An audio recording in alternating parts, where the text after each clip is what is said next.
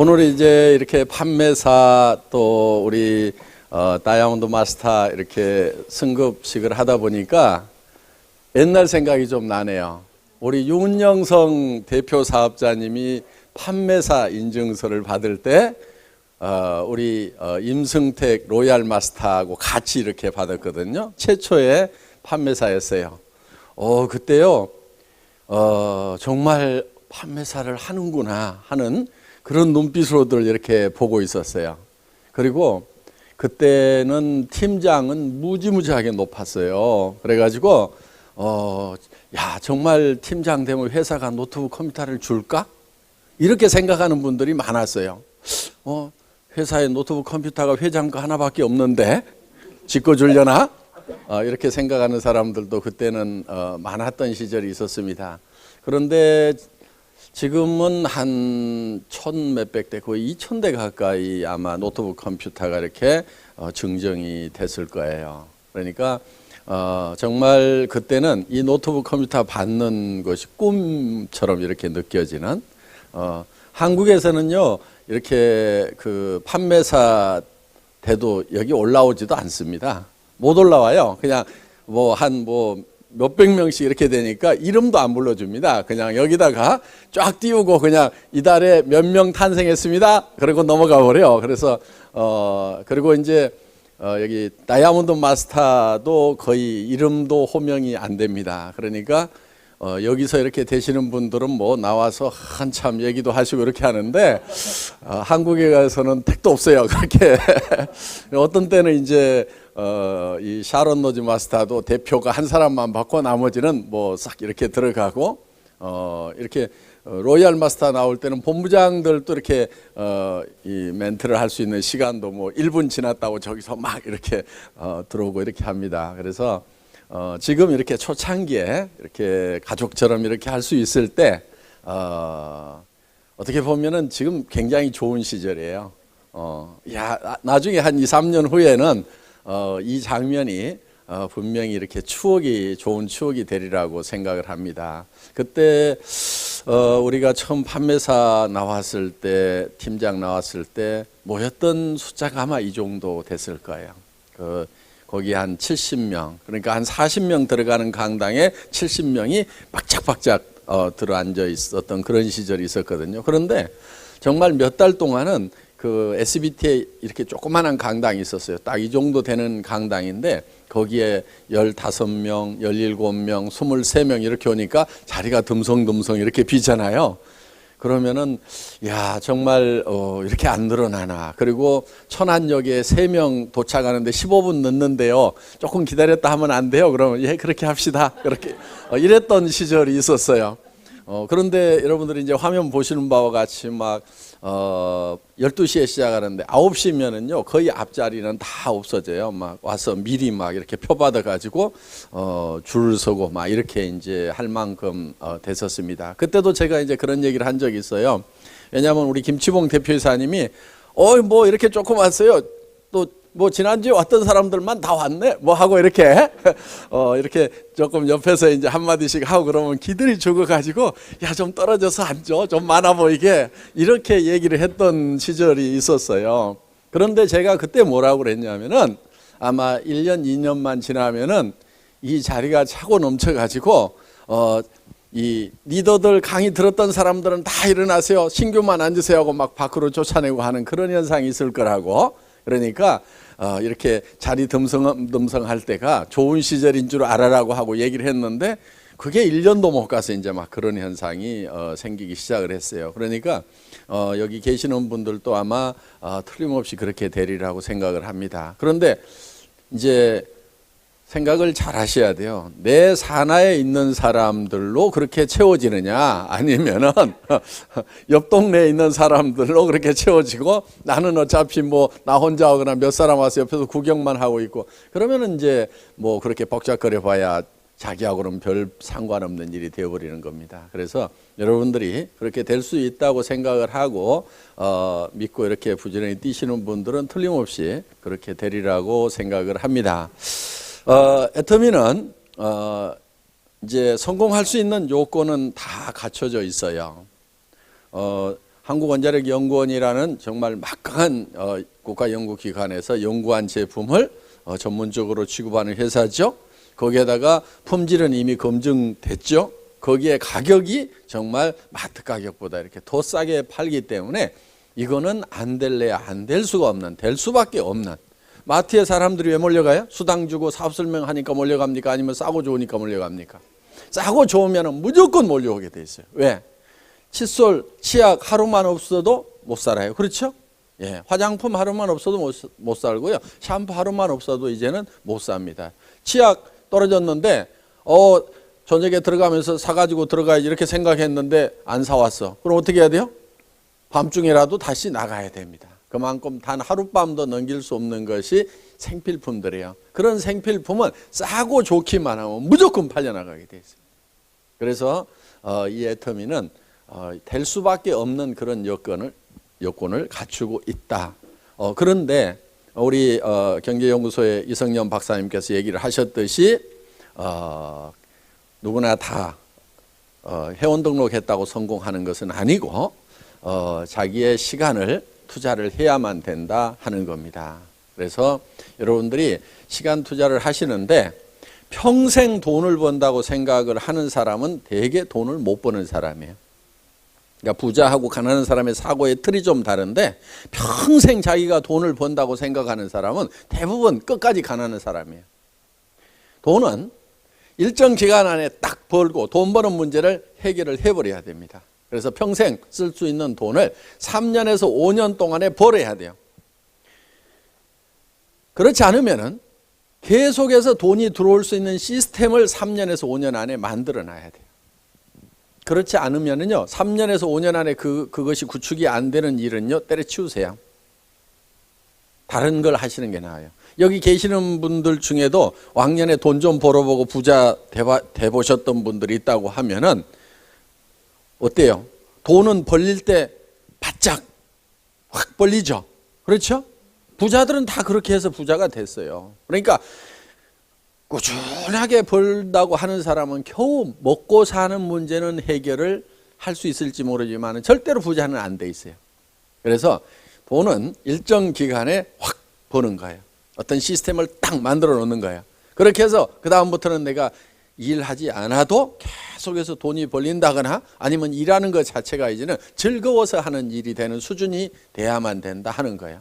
그러니까 이걸 하지 않으면 내가 큰일 난다, 생계가 위협을 받는다는 그런 압박감을 가지고 하는 것이 아니고 그냥 그대로 놔둬도 되는데 일하는 것 자체가 재밌다. 그래서 나는 계속한다. 그 수준은 괜찮은 수준이에요.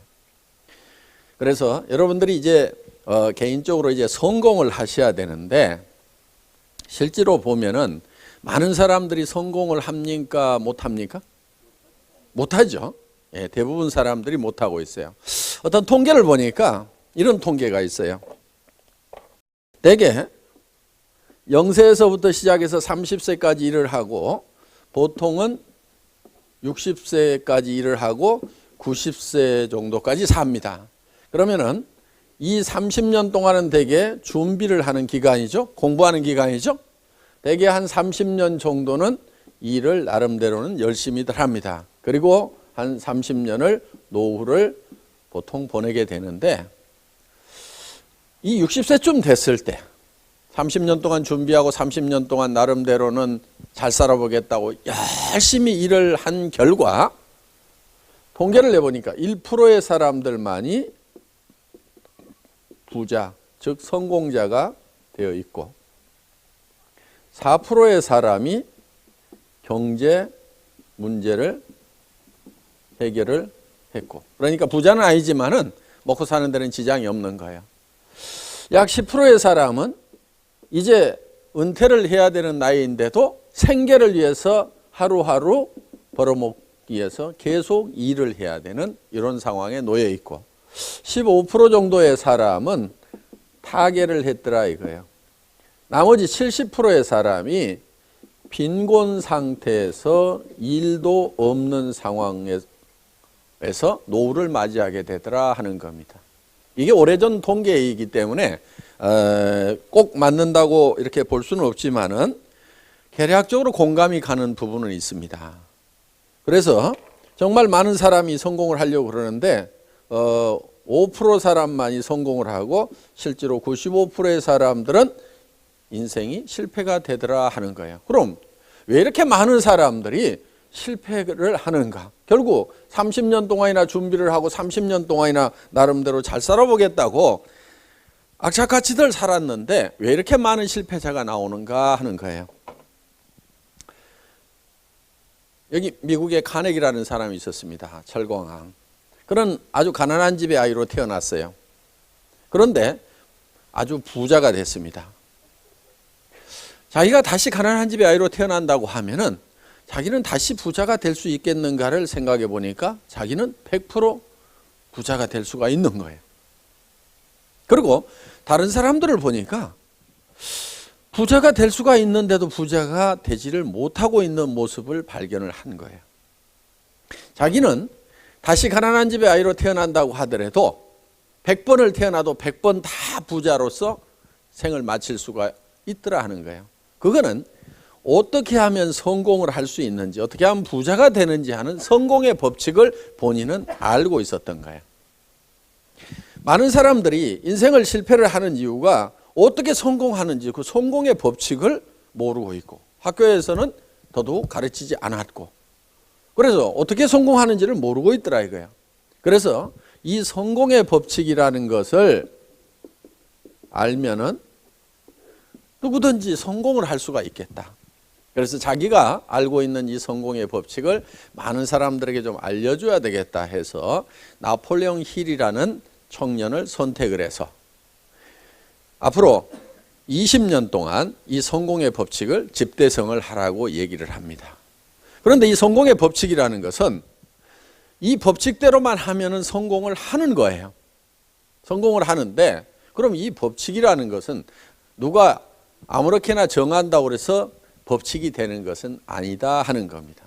마치 어떻게 보면은 북쪽은 이미 정해져 있습니다. 오늘 여기 뉴저지에 오다 보니까 전 지금 동서남북이 헷갈려요. 북쪽이 어디죠? 북쪽을 한번 가르쳐 보세요. 북쪽이 이쪽이에요? 그런데 저쪽이라는 분도 있어요. 그런데 이쪽이 보니까 다수결로 봤을 때는 이쪽이 맞는 것 같아요. 그래서 오늘부터는 이쪽을 북쪽이라고 하겠습니다. 그렇다고 꼭 이쪽이 북쪽인지 아닌지는 모르는 거예요. 자, 뭘 가지고 확인을 해야 됩니까? 나침판을 가지고 대봤더니 저분 혼자 저쪽이라고 그랬는데 저게 맞을 수도 있어요. 그러면은 모든 사람이 다 이쪽이라고 주장을 했더라도 나침반이 가르치는 북쪽이 바로 북쪽이 된다는 겁니다. 그렇기 때문에 북쪽이라는 것은 이미 정해져 있다 이거야. 그래서 이거를 스티븐 코비는 정북향의 원리다 이렇게 얘기를 했습니다. 이거는 일종의 자연 법칙인 거예요. 그러니까 이 자연 법칙이라는 것은 누가 함부로 만들어내 가지고 이것이 법칙이라고 주장한다고 해서 그것이 법칙이 되는 것은 아니고 이미 법칙은 나와 있다 하는 겁니다. 그러니까 이 자연 법칙은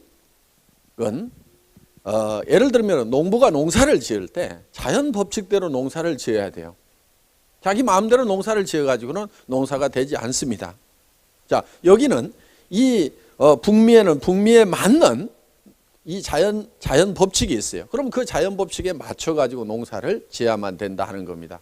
예를 들면은 필리핀이나 베트남 같은 경우는 쌀 농사를 지을 때 아무 때나 심고 아무 때나 거두어도 됩니다. 한쪽에서 모짜리 해서 한쪽에서 심고 있고 한쪽에서는 벼베기를 하고 있어요. 항상 여름이기 때문에 1년에 산모작을 하고 아무 때나 심고 아무 때나 거둬도 상관이 없습니다. 거기는 자연 법칙이 그렇게 되어 있어요. 그런데 예를 들어서 한반도에서 아무 때나 심고 아무 때나 거두려고 하면은 그거는 어떤 사람은 되기도 하고 어떤 사람은 안 될 거예요. 예를 들어서 가을에 모신기 하고 있는 사람은 틀림없이 안 될 겁니다. 그래서 그 자연에 맞는 자연 법칙대로 농사를 지어야만 된다 하는 겁니다. 그래서 이 자연 법칙은 농장의 법칙이라고도 할 수가 있다.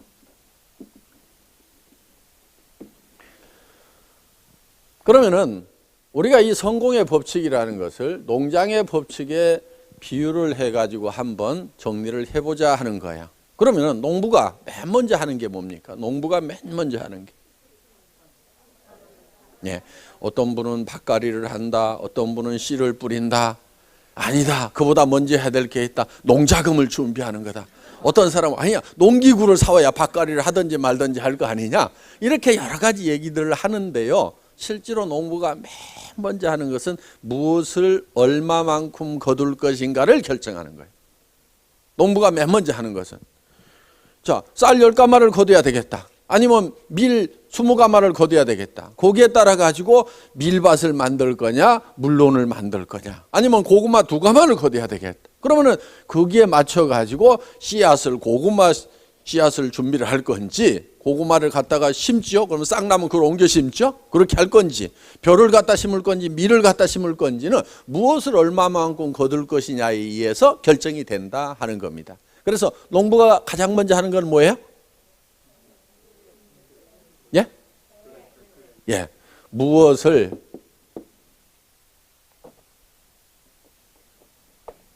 첫 번째가 무엇을 얼마만큼 거둘 것인가.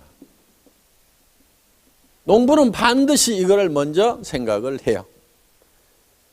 그 다음에 이제 심고 가꾸고, 그러다 보면은 봄에 머릿속에 생각했던 것이, 머릿속에 있던 것이 창고로 들어오게 되어 있다 하는 겁니다. 그러니까 이건 자연 법칙이에요. 그러면은 우리가 성공을 하려고 하면은 성공도 마찬가지로 내가 무엇을 내 인생에서 얼마만큼 거둘 것이냐, 즉 내가 어떤 사람이 될 것이냐 하는 거예요. 내가 어떤 사람이 될 것이냐, 내가 무엇을 얻을 거냐, 무엇을 얼마만큼 거두실 거죠? 그런데 이런 질문을 받으면 되게 좀 막연합니다. 막연해요, 되게. 그런데 이게 막연해가지고는 절대로 될 수가 없다는 겁니다. 예를 들면은 농부의 머릿속에 뭐를 얼마만큼 거둘 것인지가 막연해. 밀을 한 대가만히 해볼까? 그러다가 밀이 갑자기 쌀로 바뀌기도 하고, 아니야, 땅콩이야. 여기에 온갖 잡곡을 섞어 놓은 것처럼 혼돈이 돼 있다고 생각을 해보세요. 그러면은 농사가 지어지겠느냐 이거예요. 고구마도 섞여 있고, 감자도 섞여 있고, 옥수수도 섞여 있고, 이렇게 해가지고는 어떤 것도 거둘 수가 없다 하는 거예요. 우리 머릿속에 내가 어떤 사람이 돼야 되고, 뭐를 얼마만큼 내 인생에서 거둘 것인가 하는 것이 뚜렷하게 정확하게 되어 있지가 않으면은 그 인생 농사는 실패할 수밖에 없다 하는 거예요. 그러니까 우리가 맨 먼저 해야 될 게 뭐냐면은 내가 어떤 모습으로 내 인생에 가을거지를 할 거냐 하는 것이 뚜렷하게 정리를 하는 것이 가장 먼저다 하는 겁니다. 이 내가 어떤 모습으로 될 건지가 내 머릿속에 들어오지 않으면은 절대로 내가 바라는 삶이 이루어지지가 않는다 하는 거예요. 자, 농부의 머릿속에 들어있는 이 쌀 10가마가 가을에 창고에 그대로 들어오게 되어 있습니다. 만약에 봄에 고구마 2가마를 생각했다고 하면은 그 고구마가 가을에 곡간에 들어오게 돼 있다 이거예요. 땅콩 2가마를 생각했으면 땅콩이 들어오게 돼 있다 이거예요. 그런데 아무것도 생각을 안 했는데 그게 어느 날 곡간에 들어오더라? 이건 농장의 법칙이 아닙니다. 그리고 이 머릿속에 온갖 것이 잡곡처럼 막 섞여 있어. 먹을 때는 잡곡으로 먹을지 모르지만 농사는 각각 따로따로 다 지어야 됩니다. 그래서 이 머릿속에 뚜렷하게 정리가 되어 있어야만 된다 하는 거예요. 내가 어떤 모습으로 성공을 할 건지. 그런데 이제 우리가 90세쯤 됐어. 이제 갈 곳으로 가야 됩니다. 그렇죠?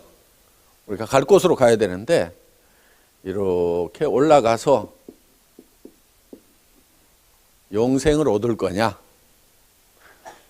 그냥 나의 최종 목적지는 어디에? 예. 여기 관 속에 이렇게 몰이 이렇게 있습니다.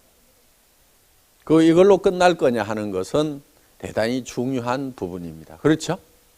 요 기간 동안은 사실 얼마 안 되는 거예요.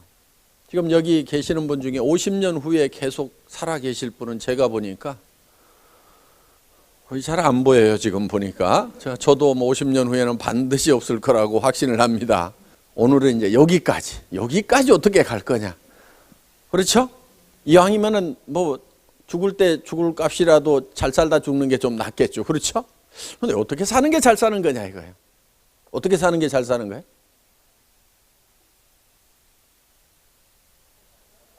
참 막막하죠. 네. 저는 이렇게 생각을 해봅니다. 내가 정말 나는 여한이 없다. 여한이 없다.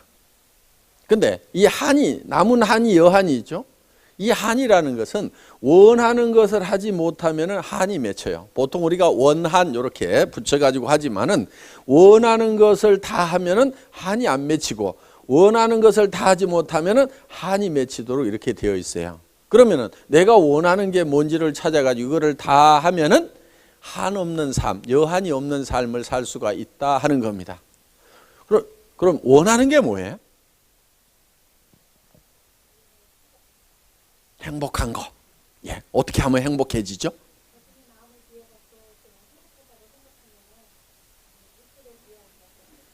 예, 마음만 비우면 행복해진다. 아주 좋은 방법입니다.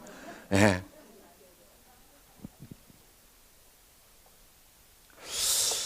견해가 다 차이가 있을 것 같아요. 차이가 좀 있는데 이렇게 하는 방법이다 저렇게 하는 방법이다 있는데 우리가 이 원하는 것이 무엇인지 상당히 복잡하고 많습니다. 이것도 원하고 저것도 원하고 돈만 있어도 되는 것 같지는 않아요. 그런데 왜 원하는 것이 많은가 봤더니 사람이 생기기를 복잡하게 생겼어요. 사람이 어떻게 생겼냐면요, 첫째는 몸이 있어요. 몸. 요게 육이 있죠. 육. 그런데 이 육은 우리가 사는 집이라고 그랬어요. 그런데 이 집이 원하는 게 있어요. 이 집이 원하는 것은 건강하게 오래 살며 풍요롭게 살고 싶은 욕구를 가지고 있어요. 먹을 거 입을 거 살 집은 다 몸을 위한 거예요. 그리고 건강도 몸을 위한 거예요.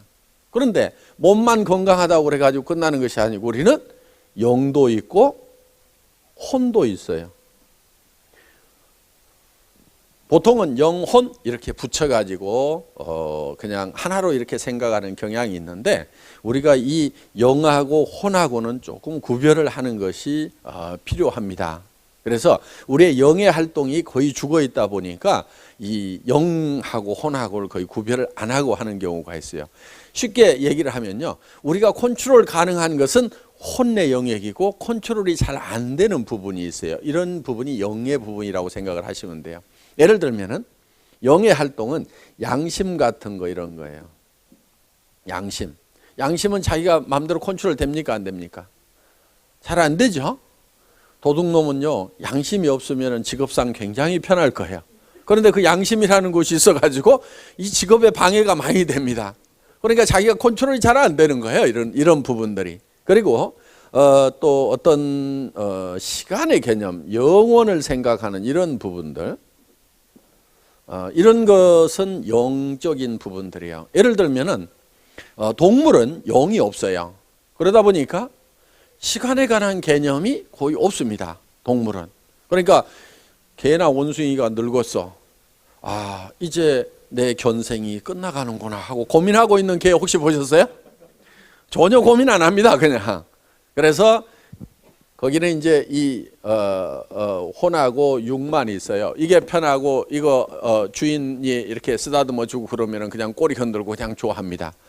그렇다고 혼이 없는 건 아니에요. 정신세계가 전혀 없는 건 아니에요. 주인 기억하기도 하고 훈련시키면 숫자 같은 거 이런 거, 이거는 이제 지식이라든가 이런 것들이 되는 거죠. 지식이라든가 감정이라든가 이런 것들은 혼의 영역이라고. 그러니까 우리가 컨트롤할 수 있어요. 괜히 기분 나쁘다고 에이 잊어버리자. 아 웃자. 그러면 컨트롤 돼야 안 돼요? 컨트롤 할 수 있죠. 예, 컨트롤 할 수 있어요. 그래서 이런 부분들. 또 지식 이렇게 이런 것들 생각하다 안 하고 뭐 하고 하는 것들 전부 다 이 혼의 영역이라고 볼 수가 있습니다. 그리고 우리는 환경이라는 걸로 둘러싸여 있다 하는 겁니다. 그래서 우리는 주변 환경에 대해서는 자연 환경과 사회적 환경이 있는데 뭔가 우리는 이로움을 끼치고 싶은 그런 욕구를 가지고 있어요. 그래서 이 육은 건강하게 오래 살며 그리고 풍요롭게 살고 싶은 욕구를 가지고 있어요. 한마디로 잘 살며, 그 다음에 이 영은 어떤 영혼이라든가 사랑이라든가 이런 것들이에요. 그리고 이 양심 같은 거는 동물에게는 없어요. 개가 이웃집 아저씨 뒷다리를 콱 물어버렸어. 그랬더니 저녁에 내가 조금만 참을 걸 하면서 양심의 가책이 느껴져가지고 낑낑거리고 있는 개 혹시 보셨어요? 사람은 아무리 약한 사람도요 이런 생각이 듭니다. 내가 좀 참을 거 이렇게 생각이 들지만은 개나 뭐 이런 짐승들은요 전혀 이 양심이라는 게 없어요. 그래서 이 양심이라는 것은 하나님이 창조주가 우리 속에 넣어놓은 하나님의 등불이다 이렇게 돼 있어요. 그러니까 이 양심의 불빛에 의해 가지고 우리가 이 선악을 이렇게 구별하도록 이렇게 되어 있습니다. 그런데 이 양심을 자기가 자꾸 무시하면은 이 양심도 희미해져요. 그렇다고 없어지는 건 아닌데 희미해지고 양심의 소리가 점점 적어지는 것은 사실이에요. 그런데 이 양심에 따라서 양심에 충실하면은요 양심의 소리가 굉장히 커집니다. 그래서 우리가 이제 이 양심적인 사람이 되는 겁니다. 그래서 우리는 이 영은 사랑하고 사랑받고 싶은 그런 욕구도 가지고 있어요. 그 다음에 우리는 이 미지의 세계에서 알고 싶은, 배우고 싶은 지적 욕구를 혼은 가지고 있습니다. 그리고 사회와 이 자연에 대해서 우리는 공헌하고 싶은 삶을 살고 싶은 욕구를 가지고 있어요. 그래서 이 네 가지가 골고루 다 만족이 되어야만이 우리는 여한이 없는 삶을 살 수가 있다 하는 겁니다. 예를 들면은 이런 거예요. 아이고 내가 건강하지 못해갖고 비실비실 살았어. 한이 맺혀 안 맺혀? 맺히죠? 얼마 살지도 못하고 죽었어. 맺혀 안 맺혀요? 맺히죠? 그 다음에 맨날 찢어지게 가난하게만 살았어. 한이 맺혀 안 맺혀? 맺히죠? 내가 그냥 양심불량만 하고 살았어. 한이 맺혀 안 맺혀요? 맺히죠? 죽을 때 되면 다 그래요. 그리고 내가 사랑하는 사람도 없고 날 사랑해 주는 사람도 없어. 그 다음에 나는 못 배웠어. 한이 돼요 안 돼요? 되죠? 그리고 맨날 불같이 화가 나가지고 남이나 미워하고 그냥 속이 막 부글부글 끓어가지고 그냥 이렇게 평생을 살았어. 남을 용서 못하고 막 미워하고 살았어. 그런데 죽을 때 되면 그게 후회가 돼가지고 전혀 그럴 것 같지 않던 사람이 이렇게 이제 남한테 사과도 하고 뭐 이렇게 하는 경우가 있죠. 그래서 갑자기 사람이 변하면은 죽을 때가 된 모양이다 이렇게. 그래서 이제 그렇게 강팍하던 사람들도 죽을 때가 되면 이제 그거를 포기하고 이렇게 놓는 그런 모습을 보는 겁니다 우리가. 그리고 우리는 사회나 자연에 대해서 참 아무 쓸데없는 사람이었다 그렇게 생각하면은 후회가 될 수가 있다 하는 겁니다. 그렇기 때문에 우리는 여기에 이렇게 뭔가를 공헌하고 싶은, 그래서 사람은 이름을 남긴다고 하는 것이 바로 뭔가 공헌했다는 그런 것들을 남기고 싶은 그런 생각을, 욕구를 가지고 있다 하는 거예요. 그래서 나는 그냥 나 혼자 잘 먹고 잘 살았는데 내가 세상을 위해서, 남을 위해서는 뭔가 아무것도 한 것이 없는 참 쓸데없는 사람이었구나. 그렇다고 하면은 자기가 이제 후회가 돼서 마지막에 이제 사회에 뭐 기부도 하고 뭣도 하고 막 이렇게 이제 바로 그 마지막 가면서 자기 원하는 것을 채우는 일을 하고 있다 하는 겁니다. 그래서 이 네 가지 요소가 골고루 다 갖춰져야만 돼요.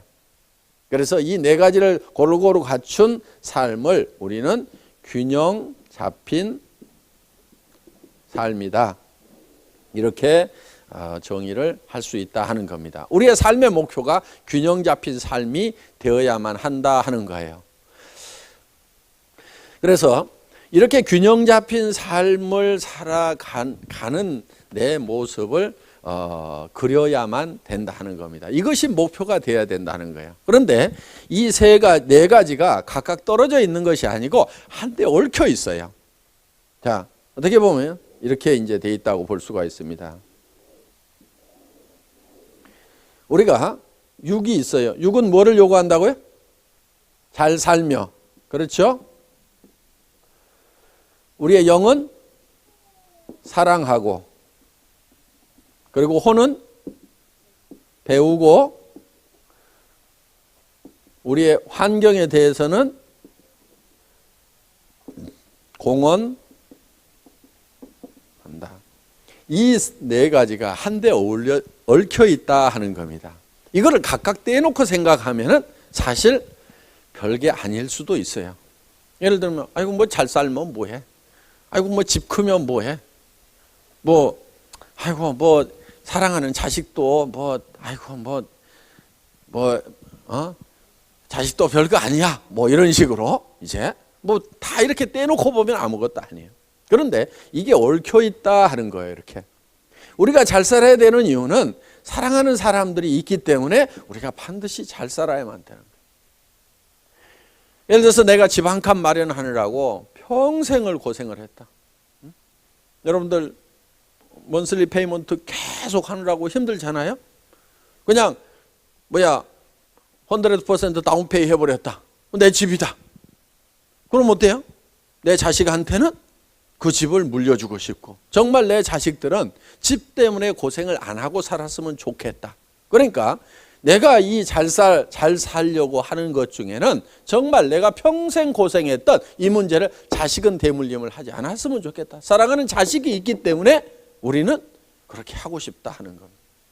그리고 또 배우니까 잘 살아야 되겠다 하는 것을 알게 되고 또 우리 주변에 우리가 도와줘야 될 사람들 정말 뉴스를 본다거나 이렇게 하면 정말 어려운 사람들도 있고 또 내 형제간들이나 친척들이나 이런 사람들 중에서 아픈데 치료를 제대로 못한다거나 또 어떻게 보면 부모님인데도 정말 아파서 간병인이 필요한데도 제대로 간병을 못 해드린다거나 치료를 제대로 못한다거나 심지어는 치아가 부실한데도 제대로 고치지도 못한다거나 평생을 이렇게 어떻게 어렵게 살아가는 그런 분들을 생각을 할 때 정말 내가 잘 살아야 되겠다는 이 열정이 바로 여기에서 나온다 하는 겁니다.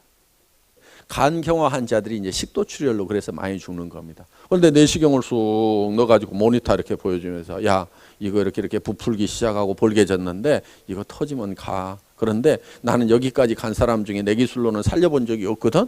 그래가지고 저보다 한 4년 선배들이 또 두 사람이 또 죽었어. 그래가지고 그 선배들하고 똑같은 코스니까 어제 막 그러는 거예요. 아이고 그때야 야 정말 죽는구나 하는 생각을 이제 한 거예요. 왜? 내 몸을 내가 직접 내 눈으로 보니까 이건 딱 틀림없이 죽게 생겼는 거예요. 그래서 그때 인생 정리를 참 많이 했습니다. 그래서 이제는 떠나가야 되는구나. 그러니까 마음속에서 이제 떠나갈 준비를 하는 거예요. 남자들 제일 걸리는 게 뭐죠? 떠난다고 그러면 초자식. 그렇죠? 예. 남자들이요 참 착해요. 남자들이 참 착해요. 자기 죽게 된다고 그러면요 자기 죽는 것은 두 번째예요. 가족들 걱정을 더 합니다. 남자들마다 다 그래요. 그러니까요 지금 이렇게 우리 남편은 참 나한테 관심 있는지 가족에 관심 있는지 없는지 모르겠어 하고 불평불만 가지고 계시는 분들이요 그 불평불만 하지 마세요. 그 남자의 깊은 속이 있어요. 여자들보다 속이 더 깊어요. 남자들이 속 없는 것 같은데요 그 깊은 내면에 들어가면은요 자기보다도 가족을 더 사랑하는 마음 다 가지고 있어요. 여자들이 그걸 잘 몰라요. 그렇죠? 잘 모르죠? 네, 잘 몰라. 근데 정말 마음속 깊은 곳에 다 그 생각이 있어요. 정말 이제 제가 죽고 나면은 어떻게 할 수가 없잖아요. 그래서 이제 하나님께 맡기는 그런 기도들을 다 제가 했어요. 그러니까 이제는 내가 가는 일만 이렇게 남아 있는 거예요. 혹시 살려주면은 조금 더 살고 이제는 이제 하나님께 다 맡기는 그런 기도를 하고 나니까 마음이 도리어 이제 가벼워졌어요, 제가. 그리고 누구 부모님이 그때 살아계셨는데 부모님한테 맡겨봐야 곧 돌아가시니까 대책 없는 거고 형제간들은 자기 자식들 챙기기 바빠서 조카들 돌아볼 그런 여력도 없는 것 같고 그러다 보니까 이제 마지막 하나님께 그러면서 제가 자녀들 손을 잡고 기도한 내용은 공부 잘해서 건강하게 부자로 잘 살다 왔으면 좋겠다 이런 마음 하나도 없었어요. 정말이에요. 손을 잡고 딱 기도를 하는데 주님의 말씀 가운데서 주님과 함께 동행을 하다가 그 몸이 아무리 힘들고 어렵고 천한 일을 할지라도 그 마음속에 주님과 동행하다가 다시 만났으면 좋겠다. 그 기도가 딱 있었어요. 그래서 그렇게 될 수 있도록 주님이 인도해 주시기를 이제 맡기는 그런 기도를 하고 나니까 굉장히 마음이 가벼워졌어요, 사실은. 그래서 내가 이제 남은 동안에는 뭐를 하다 갈 거냐. 이제 조금 남았죠, 시간이? 몇 달 동안? 몇 달 동안 남은 동안에 이제 카운트다운에 들어간 거예요, 사실은. 그래서 몇 사람 좀 전도나 하다 가자. 이제 다른 거는 별로 없었어요. 이제 떠나려는 참이니까 그동안 너무 좀 게으르게 신앙생활을 했던, 게으르게 살았던 그런 부분들이 좀, 그래서 주님 앞에 갔을 때, 야, 너 뭐하러 왔냐? 그러면은 열심히 돈 벌고 먹고 살려다가 이게 말이 잘 안 되겠더라고. 그래서 마지막에 내가 조금 가가지고 조금은 그래도 이거 막판에 조금 했습니다 하고 이렇게 내놓을 거리가 좀 있어야 되겠다 해서 그때 사실은 입 다물고 있다가 이제 전도를 하기 시작을 했었습니다. 그러다 보니까 이제 전도를 하면서 그냥 전도하려니까 안 되잖아요. 길거리 다니면서 예수천 당해갖고는 손가락질만 당하겠고. 그래서 마침 그때 이제 우리 애터미를 만나게 되면서 이제 이거를 좀 싸게 이렇게 공장에서 가져오는 대로 줘야 되겠다. 그러면은 그 물건 싸게 받기 위해서 사람들이 오면은 자꾸 이제 성경 얘기하는 거예요. 듣기 싫어서 가면은 또 그래 열심히 팔다가 또 떨어지면 오세요. 그래 오면은 또 성경 얘기하고 또 이렇게. 그러면 그 중에는 이제 듣는 사람도 있고 그냥 물건만 받아갖고 싹 가는 사람도 있고 어떻든지 간에 이제 이렇게 하다 보니까 사실은 이 애텀이라는 회사가 만들어지게 된 겁니다. 그러니까 이 애텀이라는 회사를 처음부터 회사로 기획을 안 했어요. 맨 처음에 만든 그 노트북에는 사실 회사로 되어 있지 않고 판매자 조합 이렇게 만들어 놨어요. 나도 팔고 그 다음에 판매원 들어오면은 그냥 공장도 가격에 내가 봉사하면 되잖아요. 그렇죠? 가서 사올 때 조금 더 사와 그렇게 나눠주면 되고 이렇게 해서 다 판매자 조합이 되고 나중에 일거리가 많아지면은 자 100원씩 200원씩 떼세요. 이 여직원 월급 하나 주게요. 이렇게 해가지고 또 월급 주고 그런 일 시키고 이렇게 각자가 다 팔면은 좋겠다는 그런 생각에서 세일즈 유니온을 하나 만들어야 되겠다. 사실은 이렇게 시작을 했는데 그게 사람들이 너무 많이 온 거예요. 공장에서 가져온 대로 막 싸게 주니까 사람들이 너무 몰려와 가지고 사실은 법인 형태로 회사를 차릴 수밖에 없는 이런 상황에서 이 회사가 사실은 만들어진 겁니다. 그러니까 사원부터가 영혼을 소지 생각을 경영한다.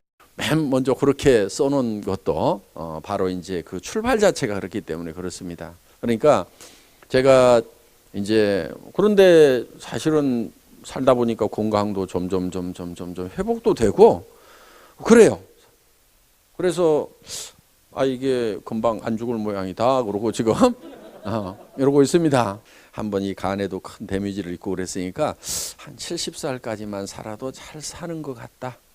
어떻게 보면 이미 보따리 싸놓고 있는 나그네 인생을 실제로 지금 제가 살고 있는 겁니다. 그러다 보니까 아마 여기 계시는 분들 중에는 종교가 기독교가 아니어서 굉장히 불편한 분도 있으시리라고 생각을 합니다. 그런데 사업만 할 것 같으면은 괜히 그런 분들 불편하게 해가지고 뭐 가시도록 하고 뭐 어떤 분은 나가기도 해요. 실제로 얘기하다 보면은. 그런데 제가 그런 것 개의치 않고 이렇게 이제 얘기를 하는 것은 제가 가지고 있는 정말 중심에 있는 그 표현이기 때문에 제가 그대로 하는 겁니다. 그리고 사업적으로는 좀 소리나도 할 수 없다 하는 생각을 하는 거예요. 그리고 그 대신에 이제 여기 계시는 분들 중에서 이 회사는 기독교 얘기만 하는 회사여 가지고 나같이 불교 믿는 사람 또 남묘 호랭교 믿는 사람 뭐 무당 믿는 나 같은 사람은 여기 오면 찬밥이겠구나. 근데 그 걱정은 안 하셔도 됩니다. 뭐 기독교 학교에 불교 학생 온다고 그래갖고 뭐 졸업을 안 시키거나 뭐 이런 거 없잖아요. 그렇죠? 예, 저희 회사에서도 종교가 다르다고 그래서 여러분들에게 뭐 수당을 안 드린다거나 뭐 성급을 안 시킨다거나 그런 일은 뭐 전혀 없습니다. 그러니까 사업적으로는 전혀 손해날 일 없을 거예요. 제가 더 잘해드릴지도 몰라요. 전도하려고. 그러니까 저보고 성경 얘기 하지 말라고만 안 하시면 됩니다. 저보고 성경 얘기 하지 말라고 하면요, 제가 이 회사를 떠납니다. 여러분들 남아서 그냥 여러분들끼리 알아서 잘 하세요. 저는 제가 성경 얘기 자유스럽게 할 수 있는 회사로 그냥 갈 겁니다. 새 판을 짜든 뭐 하든. 그러니까 제가 그래도 좀 필요하다고 생각하면은 아이고 그래 실컷 너 떠들어라. 나는 돈만 벌란다. 이렇게 생각하고 계셔도 상관은 없다 하는 겁니다. 수입과 지출이 있으면은 수입이 지출보다 커야만 된다. 그래야 잘 산다, 부자가 된다. 이렇게 가르쳤어요, 학교에서. 그렇죠? 네. 그런데 이대로 사는 사람들, 수입에 맞춰가지고 지출하고 있는 사람 치고 잘 사는 사람을 못 봤어요, 제가. 맨날 그렇게들 살아요. 적은 수입을 어떻게든 아등바등 쪼개가지고 그 수입에 맞춰갖고 지출을 하고 있는 사람들이 있어요. 그 사람들은요, 부자가 안 돼요. 죽지는 않지만은 부자가 안 돼요. 그럼 어떻게 해야 되느냐? 이렇게 해야 돼요. 지출을 어떻게 할 건지를 먼저 다 적어요. 그랬더니 최소한 2만 불이 나왔어. 그러면은 여기에 맞춰 가지고 2만 불짜리 일자리를 찾으면 되는 거예요. 요게 부자 되는 방법이에요. 그런데 이 부자하고 가난한 사람들하고는요, 이 사고의 틀이 달라요. 가난한 사람들은 어떻게 생각하냐면요, 큰 돈을 버는 것은 힘이 든다고 생각을 해요. 자, 한 달에 5천 불 버는 것보다 5만 불 버는 것은 10배나 힘이 든다고 생각을 해요. 나는 5천 불만 버는 것도 힘이 드는데 5만 불, 아이고 나는 기초래, 이렇게 생각들을 해요. 그런데 실제로 돈을 벌고 부자들은요, 그렇게 생각을 안 해요. 자, 물어보세요. 한 달에 5천 불 벌고 있는 사람한테 돈 버는 게 힘들어요, 힘 안 들어요 물으면 뭐라고 대답해요? 다 힘들다고 얘기해요. 5만 불 버는 사람한테 한번 물어보세요. 돈 버는 게 힘들어요 물어보면요, 아니요, 뭐 할만해요, 다 이렇게 얘기해요. 한 달에 50만 불 버는 사람한테요, 돈 버는 게 힘들어요 물으면요, 아이고 널린 게 돈이고요, 돈 버는 것처럼 재밌는 게 없어요, 이렇게 얘기를 하고 있다 이거예요. 그런데 가난뱅이들의 사고방식은 뭐냐면 돈을 많이 버는 것이 힘들다고 생각을 하는 거예요. 그러니까 절대로 이런 지출 계획을 먼저 안 짜고 뭘 해야 하냐면 수입에 맞춰가지고 악착같이 거기에 맞춰서 지출을 하고 있다 하는 거예요. 그러니까 학교에서 가르쳐 주는 거 가지고요, 그대로 해서 부자가 되는 것은 아니에요. 한때 대한민국은 저축을 해라 막 할 때 미국은 무슨 얘기가 나왔냐면은 뭐라고 얘기했죠? 소비가 미덕이라는 얘기가 있었어요. 그때 이해가 잘 안 갔어요. 왜 소비가 미덕이라고 그러냐? 우리나라에서는 저축을 강조하고 막 포스터 붙이고 뭐하고 학생들한테 다 통장 하나씩 만들라고 이렇게 했을 때. 그런데 지금 와가지고 대한민국도 소비가 문제가 되는 거예요. 소비가 미덕이라고 얘기를 하는 거예요. 그거는요, 개인 경제를 중심으로 해서 하는 얘기가 아니에요. 고시경제를 중심으로 해갖고 얘기를 하기 때문에 그런 얘기가 나오는 거예요. 그때 미국은 이미 공장 다 지어놓고 물자가 넘쳐나니까 공장을 돌리려면 소비를 해줘야 되는데 소비를 안 하고 있으니까 이게 문제가 된다 이거예요. 지금 일본이나 미국이나 한국이나 다 뭐가 문제냐면 소비가 문제인 거예요. 그래서 이게 소비가 안 돼가지고 지금 학자들이 골머리를 앓고 있는 거예요. 그러면은 지금 개인이 성공하느냐 안 하느냐에 국가는 별 관심이 없어요. 어디에 관심이 있냐면 국가 경제가 돌아가느냐 안 돌아가느냐, 여기에 포커스를 맞춰가지고 모든 정책들을 지금 발표를 하고 가르치고 있단 말이에요. 그래서 대한민국도 이미 공장 다 지어놨으니까 우리가 처음에는 공장 지을 돈이 없으니까 저축을 강조를 했어요. 그런데 그때 저축해가지고 부자 된 사람보다는요, 저축한 돈 빚내다가 공장 차린 사람들이 다 부자 됐어요. 그렇죠? 그러면은 저축하라고 그럴 때 뭘 했어야 돼요? 빚을 졌어야 돼요. 빚을 졌어야 돼. 그 사람들이 지금 다 재벌되고 회장들이 다 됐단 말이에요. 그 돈 빚내다가 공장 차리고 난리치고 땅 사라고 했던 사람들이. 그러니까 저축을 하면 안 됐어요, 그때. 지금 이 부자의 사고의 틀하고 가난한 사람들의 사고의 틀 차이 때문에 이게 부자가 되고 가난뱅이가 되고 하는 거예요. 그건 능력 때문에 그러는 거 아니야. 그러니까 나는 공부 못해가지고 부자가 못됐다. 그래서 내 자식이라도 공부를 잘해야 된다고 악착같이 자녀들한테 스트레스 주고 있어봐야 그거 별 답 안 나옵니다. 어차피 웬만큼 공부 잘해도 100놈 중에 한 놈밖에 취직 안 되고 나머지 99명은 취직 안 되는 세상이에요. 우리가 어떤 생각의 틀을 좀 바꿀 필요가 있다 하는 겁니다. 그래서 우리는 정말 잘 살아야 돼요.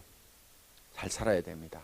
그런데 이 잘 살아야 되는 이런 균형 잡힌 삶을 살아가는 내 모습이 한편의 영화처럼 내 머릿속에 그려져야 되는 거예요. 이 머릿속에 그려져야 되는 거예요. 자, 이게 머릿속에 그려져야만이 튀어나와요.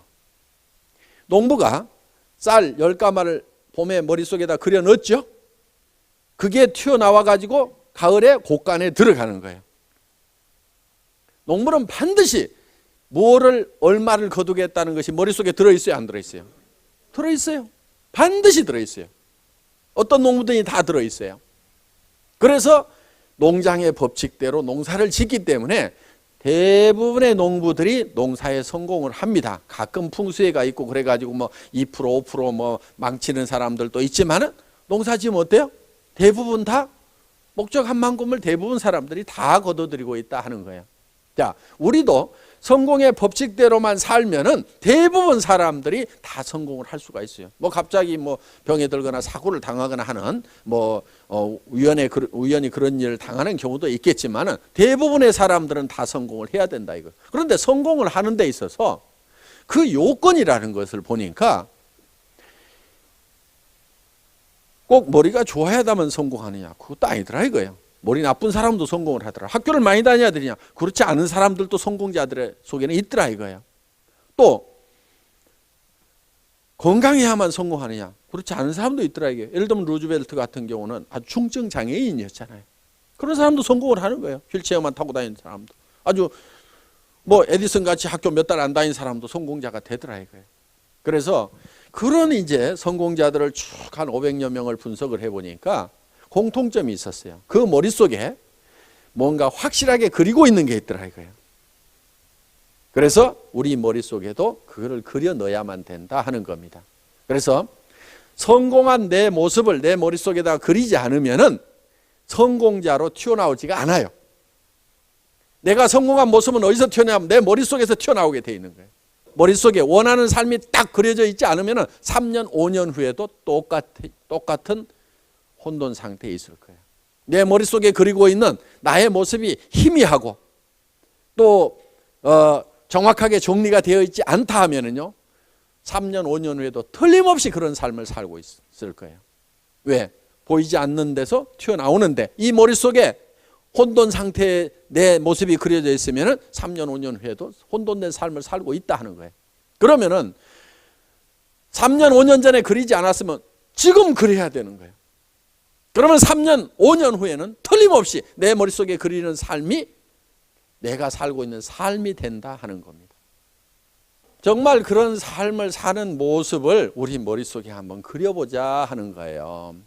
돈 때문에 막 찌들려가고 사는 것이 아니고 빚 싹 갚아버렸고 그 다음에 먼슬리 페이먼트 하는 거 다 없어졌고 그리고 통장에 그냥 몇십만 불 이렇게 들어있고 그래서 뭐 아이고 한 1, 2년, 2, 3년, 한 5년은 막 그냥 인컴 없어도 그냥 푹 마음 놓고 쉴 수 있다. 그런데 계속 우리는 한 달에 6번 수당 들어오잖아요. 계속 이렇게 들어오니까 아이고 그 돈 다 쓰지도 못해 그냥 뭐 쌓여 있겠지 뭐 돈에는 별 관심 없고 이렇게 살아갈 수 있는 삶의 모습을 한번 그려보자 이거예요.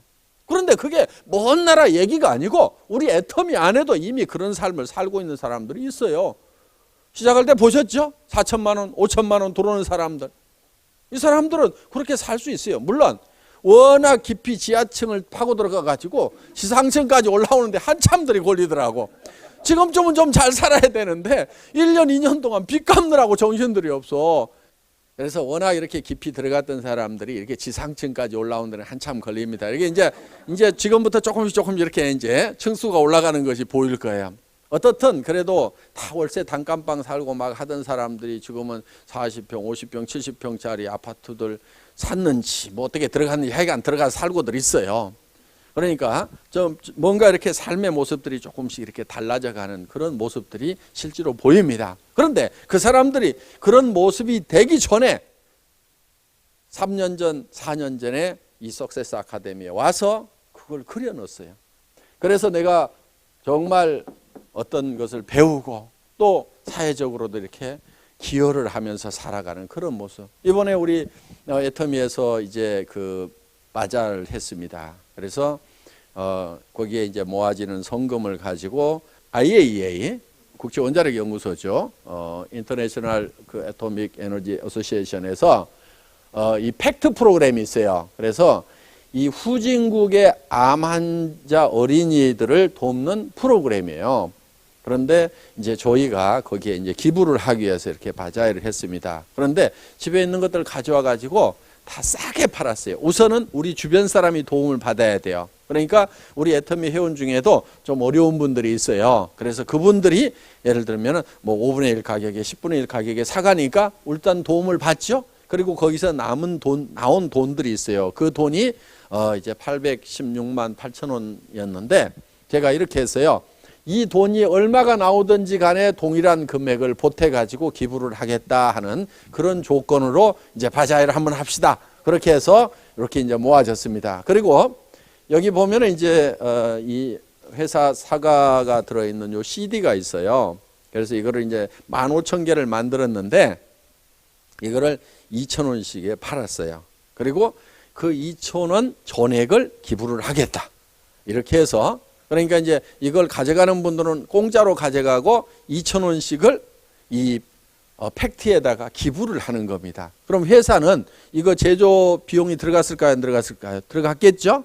그만큼을 우리가 또 회사는 기부를 하게 된다 하는 거예요. 이렇게 해서 3천만 원 정도를 이렇게 우리가 이제 기부를 할 생각을 가지고 있습니다. 그래서 정말 저는 그 우리 어린 암 환자들 정말 그 부모의 마음을 생각해 보면은 후진국에 또 엄마들이 되게 어리잖아요. 막 10대 후반, 20대 초반에 아기를 낳았는데 그 애가 또 하필 암에 걸리고 해서 정말 애달파는 그런 어린 엄마들의 이렇게 마음을 생각하면은 우리가 가까운 데서부터 돕는 것이 순서기는 하지만은 그래도 이런 그 IAEA에서 이런 일들을 하고 있으니까 또 원자력 연구원에서 연구한 그런 제품이 우리 회사 발전의 밑거름이 됐고 또 우리가 어떻게 보면 고마운 일이잖아요. 그 고마움의 표시로서 우리가 이걸 좀 해야 되겠다 해서 이런 이제 계획을 좀 세워 가지고 다들 너무너무 즐겁게 열심히 이렇게 협조를 해 주셔 가지고 이런 일도 우리가 이제 할 수 있게 됐어요. 그래서 이런 공헌하는 것이 어떻게 보면 굉장한 즐거움이더라 하는 거예요. 정말 사회에 공헌하고 세금도 많이 내고 그 다음에 도네이션 많이 하는 그래서 내한테 차고 넘쳐가지고 차고 베풀면서 살아가고 그래서 지역사회에서도 존경받고 친구와 그 다음에 친척들 사이에서도 존경받는 여러분들 가족들 조카들 결혼할 때요 500만 원 1000만 원씩만 내보세요. 존경 안 받을 수가 없어요. 그냥 아이고 우리 이모 우리 고모 우리 삼촌 하고요 그냥 다들 좋아하더라 이거예요. 그래서 정말 그렇게 살아가는 나의 모습 그리고 특히 자녀들로부터 존경받을 수 있다는 게 우리 부모들은 얼마나 자랑스러워요. 물론 우리 자녀들이 또 착해서 부모를 해주고 있지만은 다 존경받는 것만은 아닌 부분도 있더라 이거예요. 그래서 자녀들에게 실망을 시켰던 그런 부분들이 있다고 하면은 정말 우리 부모는 자랑스럽다. 야 정말 프라우드하다는 그런 느낌을 줄 수 있다고 하면 특히 아내로부터 인정받으면 남자들은요 정말 기분 좋습니다. 제가 요즘에 그래요. 아유 제가 요즘 존경받습니다. 그런데 또 아내도 남편으로부터 인정받고 존경받으면요 기분 좋아요 안 좋아요? 좋아요. 모르는 사람한테 받는 것보다는요 엄청 좋습니다. 저 우리 집사람 너무너무 존경합니다. 너무너무 좋아요. 아주 유능해요. 그리고 저는 아내하고 사는지 전무이사하고 사는지 모르겠어요. 정말 생각보다 엄청난 능력 발휘를 막 하는 거예요. 그래서 참 대단하다 하는 그런 생각을 참 많이 해요. 굉장히 지금 푼수 같은 얘기지만은요, 솔직한 얘기예요. 지금 워낙 솔직하게 얘기하다 보니까 지금 푼수 티가 막 납니다. 지금 마누라 자랑하면 뭐 팔푼이에 들어간다고 그러는데, 어떻든 저희 부부는 굉장히 이렇게 서로 존경하고 사랑하는, 그러니까 제가 아내로부터 인정받는다는 게 너무 기분 좋은 거예요. 여기도 그런 분들 있잖아요. 지금 배우자한테 이 잡에 대해서, 애터미 사업에 대해서 인정 못 받고 막 하면 어때요? 되게 막 속상하고 그래요. 그러니까요, 오늘 여기 오신 분들은 최소한 남편, 아내에 대해서요, 막 박수 좀 쳐주세요. 하다가 망할 값이라도 좀 하게 놔두세요. 좀 뭐 홀걸이 말리고 뭐 전에 다른 거 하면 뭐 얼마나 잘했어요. 뭐 하여간 우리가 좀 이 사랑하는 사람으로부터 인정받을 수 있다는 게 어떻게 보면 굉장히 자부심을 느낍니다. 그래서 정말 남편으로부터 존경받고, 아내로부터 이렇게 존경받고, 자녀들로부터 존경받고, 부모들이 막 자랑스러워하는 그런 형제간들이 정말 이런 형이 있어서, 이런 동생이 있어서 정말 의지가 된다. 내가 만약에 어떤 살아가다가 어떤 어려움을 겪더라도 나를 도와줄 사람이 있다는 거, 그게 얼마나 주변 사람들에게 이렇게 안정감을 주는지 모릅니다. 그래서 가족이나 친척들에게 이렇게 안정감을 줄 수 있도록, 저 형이 있으니까 내가 하다가 뭐 넘어지더라도 저 형한테 좀 기댈 수 있다. 그래, 내가 좀 잡아줄 수 있다. 이렇게 된다고 그러면요, 굉장히 정말 살맛이 납니다. 그래서 정말 그렇게 살맛 나는 그런 모습, 그런 삶을 살아가고 있는 내 모습을 머릿속에다가 그려 넣어야 된다 이거예요. 오늘 강의 마치도록 하겠습니다. 수고하셨습니다.